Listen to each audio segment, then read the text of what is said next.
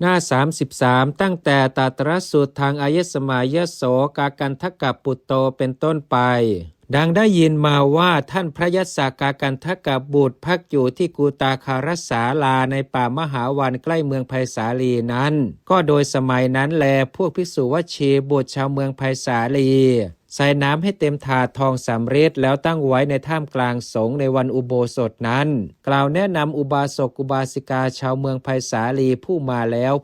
วอย่างนี้ว่าผู้มีอายุท่านทั้งหลายจงถวายรูปียะแก่สงฆ์กหาปณะหนึ่งก็ได้กึ่งกหาปณะก็ได้บาทหนึ่งก็ได้มาศกหนึ่งก็ได้กิจของสงฆ์ที่ต้องทำด้วยบริขารจักมีดังนี้คำทั้งปวงควรเล่าจนถึงคำว่าก็วินัยสังคีตินี้ได้มีภิกษุ700รูปไม่หย่อนไม่เกินเพราะฉะนั้นวินัยสังคีตินี้ท่านจึงเรียกว่าสัตตสติกาก็ภิกษุ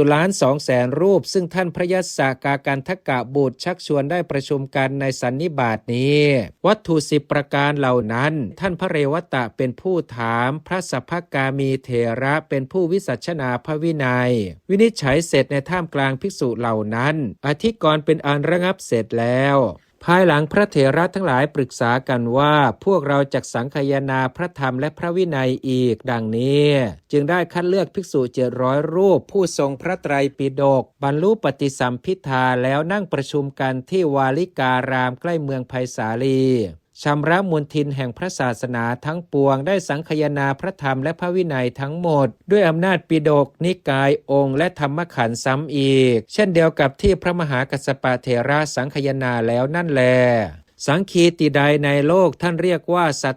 ตสังคีติเพราะพระเถระ700รูปทำและเรียกว่าทุติยสังคีติเพราะเทียบสังคีติที่ทำก่อน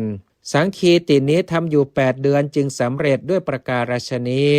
ก็แลสังคีตินี้นั้นอันพระเถระเหล่าใดร้อยกรองไว้แล้วบรรดาพระเถระเหล่านั้นพระเถระที่ปรากฏคือพระสัพพกามี1พระสาลหะ1พระเรวตะ1พระคุชโสพิตะ1พระยศะ1พระสานาสัมภูตะ1เหล่านี้เป็นสัตธิวิหาริกของพระอานนท์เถระเคยเห็นพระตถาคตพระสุมาณะ1พระวาสภคามี1 2รูปนี้บัณฑิตพึงทราบว่าเป็นสัตถิวิหาริกของพระอนุรุทธะเคยเห็นพระตถาคตก็แลพระเถระทั้งหลายผู้ทำสังคายนาครั้งที่2ทุกรูปเป็นผู้ปลงภาระแล้วเสร็จกิจแล้วหาอาสวะมิได้ดังนี้แล